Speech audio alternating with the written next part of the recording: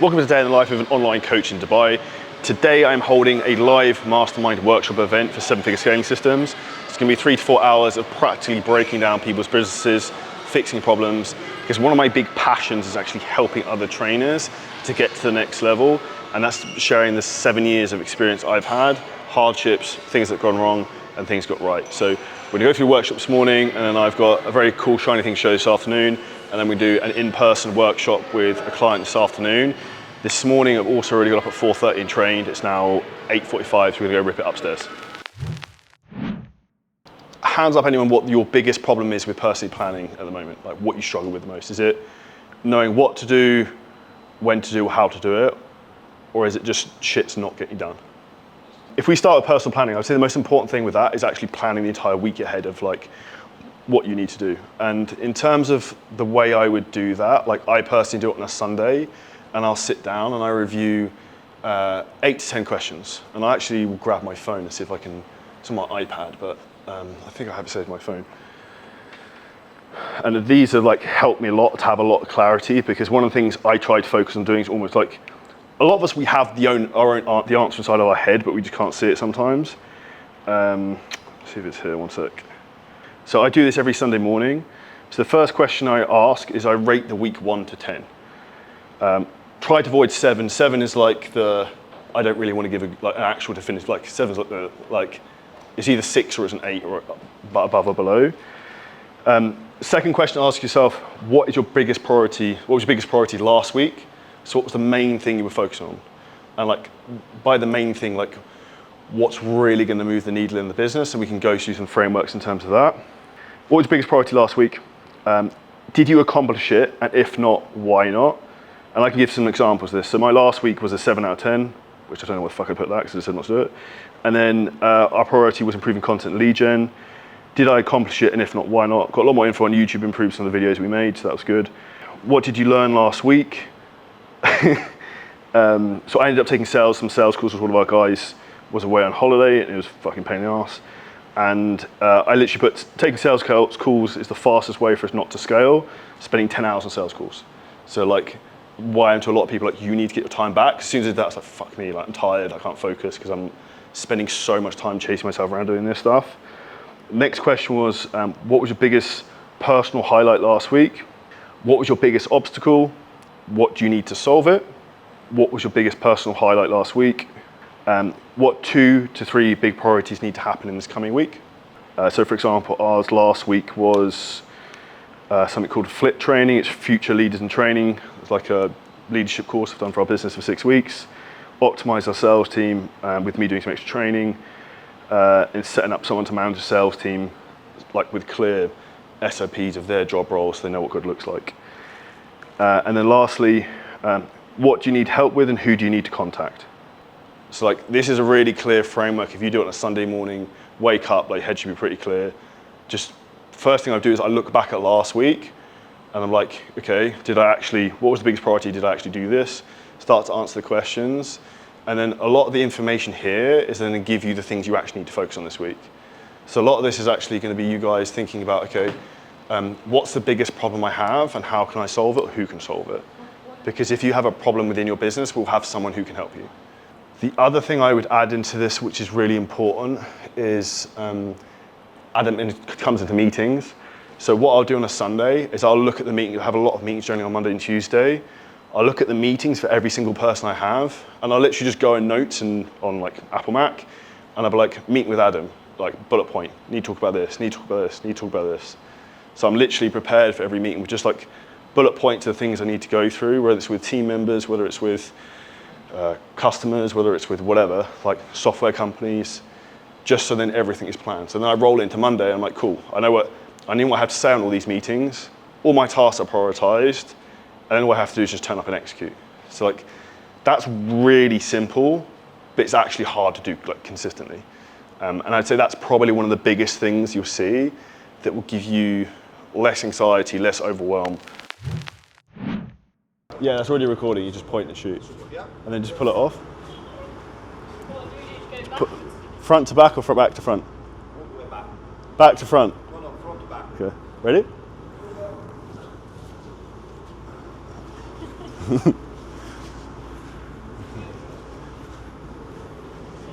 It's like a bed sheet.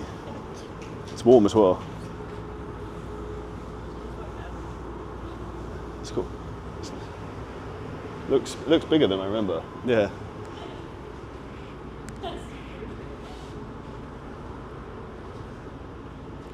Cool, thank you. Looks bigger, I think, don't you think? I think I like it with the roof up as well as the roof down. Do you reckon it's easy enough to get into Marina Gate? Fine. You can open the car, you can have a look before I'll start the presentation, of course, yeah. Yeah, super nice. And that's fixed as well. Yeah. It's super nice. Yeah, it's perfect. It's super cool, right?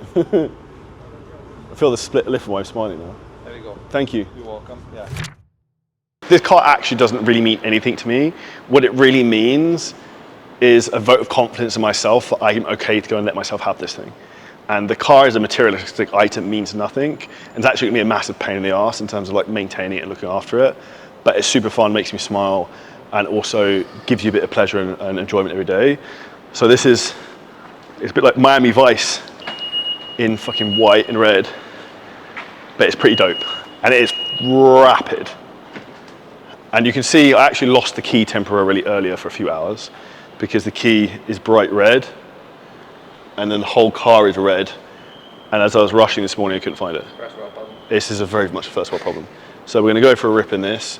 We'll show you some cool stuff it does. Spider convertible, because you have to have a convertible if you have a Ferrari, is my opinion. Okay, so we have just gone back in, I've eaten, refreshed. We then filmed a video revealing the new very nice Ferrari I have, which I showed I lost the key of, which we have now found.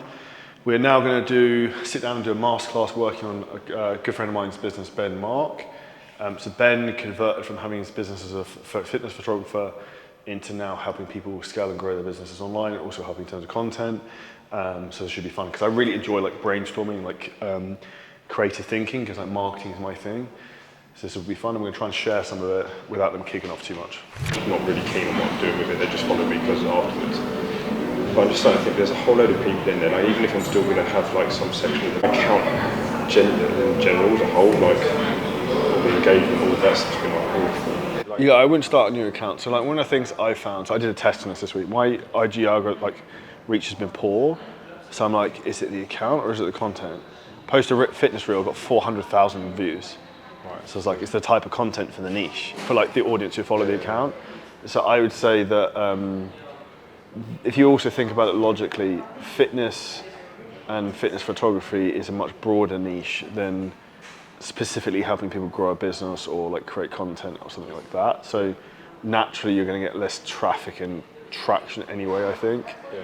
So I think you need to do an element of both. So one of the things I'm going to do is start actually dropping in fitness content, because I know I can get maximum eyeballs and reach, and then also do some of the business stuff, do business stuff as well.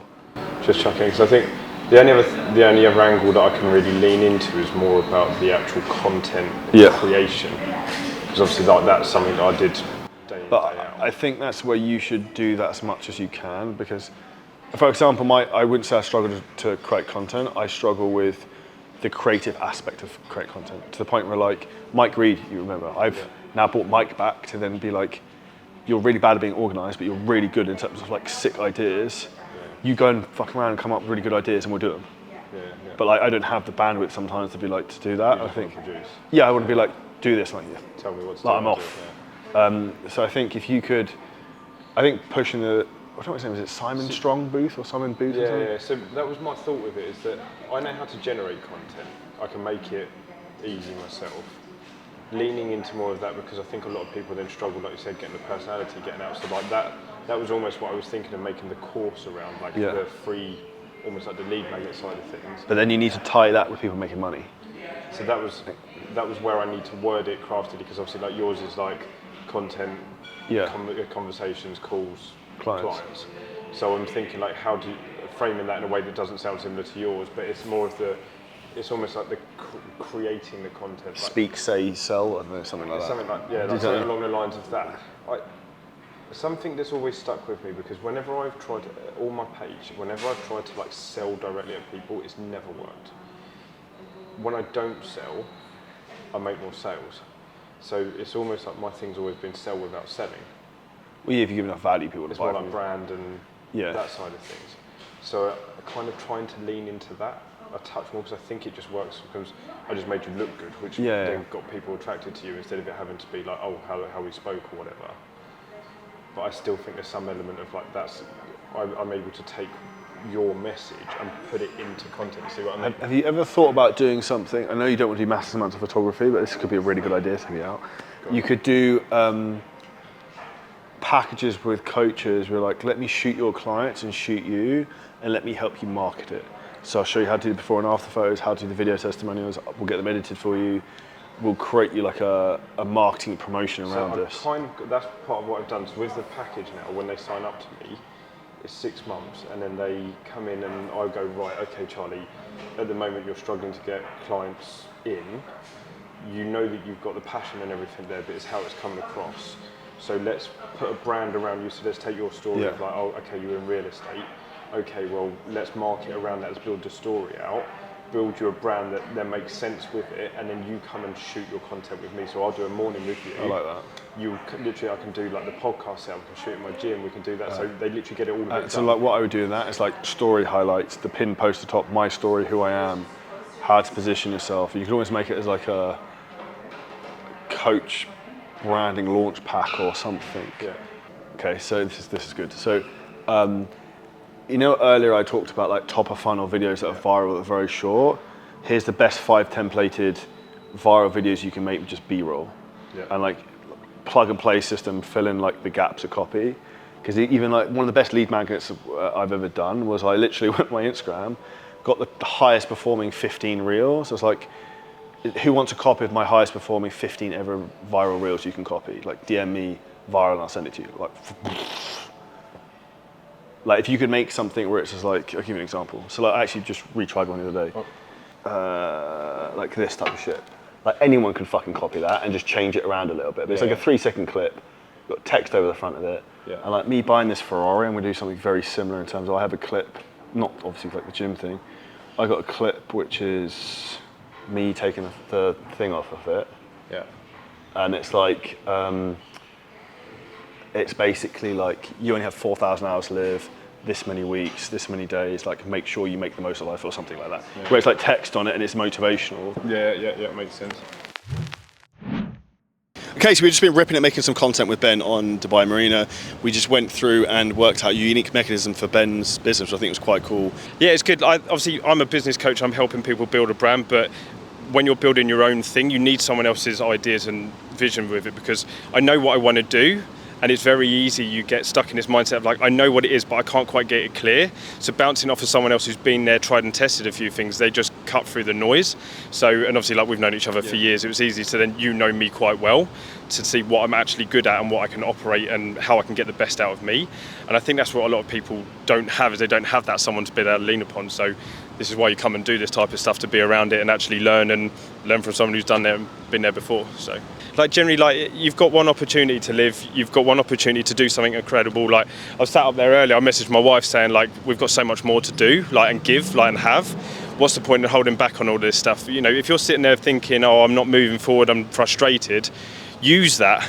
Like I think a lot of people, they're frustrated and they're not seeing that like it's an energy that's being wasted. It's almost like you're holding a bag over your shoulder, whereas like if you actually just go, well, I might as well throw it and see how far I can go with it. What if it does all work out?